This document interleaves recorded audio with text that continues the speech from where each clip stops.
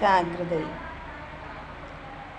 തിരഞ്ഞെടുപ്പ് കാലഘട്ടങ്ങളിൽ കേരളത്തിൽ മാത്രം കണ്ടുവരുന്ന ഒരു പ്രത്യേകതരം വൈറസാണ് സീരിയൽ ഗർഭം. അതൊരു 10 വർഷം മുമ്പ് വന്നു. ഇപ്പോഴും ഇത് ആവർത്തിക്കുന്നു.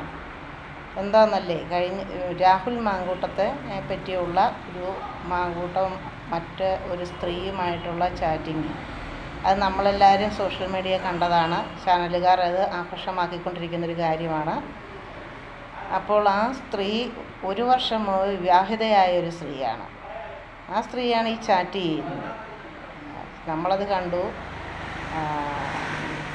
ഗർഭസംബന്ധമായ കാര്യങ്ങളും കുഞ്ഞ് വേണമെന്നുള്ള കാര്യങ്ങളും എല്ലാം പറയുന്നതായിട്ട് നമ്മൾ കേട്ടു. അന്നേരം ഇതെന്താ വല്ല ഫാക്ടറിയാണോ? അവൾക്കൊരു ഭർത്താവില്ലേ?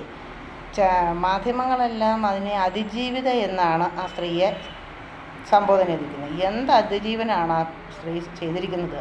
സ്വന്തം ഭർത്താവിനെ വഞ്ചിച്ചുകൊണ്ട് ഇരിക്കുന്ന ഒരു സ്ത്രീയെ അതിജീവിത എന്ന് വിളിക്കാൻ പറ്റുമോ?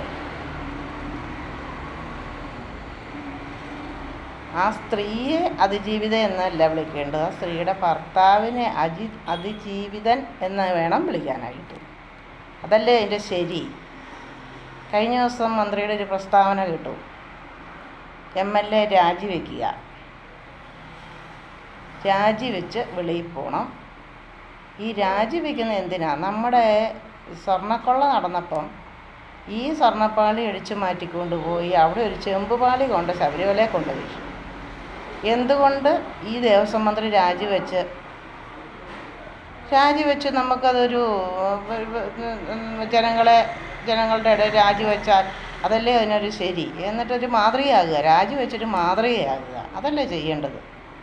അല്ലാതെ മന്ത്രി പറയുക, പാലക്കാട് MLA രാഹുൽ മാങ്കൂട്ടം രാജിവെച്ചോളാൻ പറയുന്ന കാര്യമില്ല. നമ്മളത് രാജിവെച്ചൊരു മാതൃകയാക്കി കൊടുക്കുക.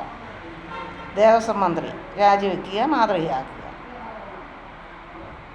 അപ്പം ഒരു സീരിയൽ ഗർഭത്തിൻ്റെ കാര്യമാണ് ഇപ്പം പറഞ്ഞുകൊണ്ടിരുന്നത്. ഇത് തുടർന്നും സംഭവിക്കാം. 10 വർഷം കഴിയുമ്പോഴോ 5 വർഷം കഴിയുമ്പോഴോ. ഇപ്പം വിവാഹിതയായൊരു സ്ത്രീയാണ് 1 വർഷം മുമ്പ്, 1 മാസം ഗർഭിണി. അപ്പം ഈ വഞ്ചനാക്കുറ്റത്തിന് ശരിക്കും കേസെടുക്കേണ്ടത് ആ സ്ത്രീയുടെ പേരിലാണ്. കാര്യം അവർ ഭർത്താവിനെ വഞ്ചിച്ചുകൊണ്ടിരിക്കുക.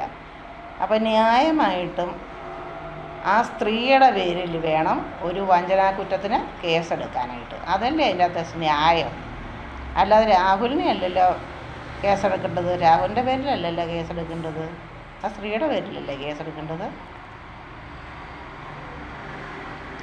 അപ്പോൾ കേരള ജനത ഇനിയും കണ്ടോണ്ടിരിക്കും. ഇനി 5 വർഷം കഴിഞ്ഞ് തെരഞ്ഞെടുപ്പ് വരുമ്പോഴായിരിക്കും ഡെലിവറി നടക്കുക.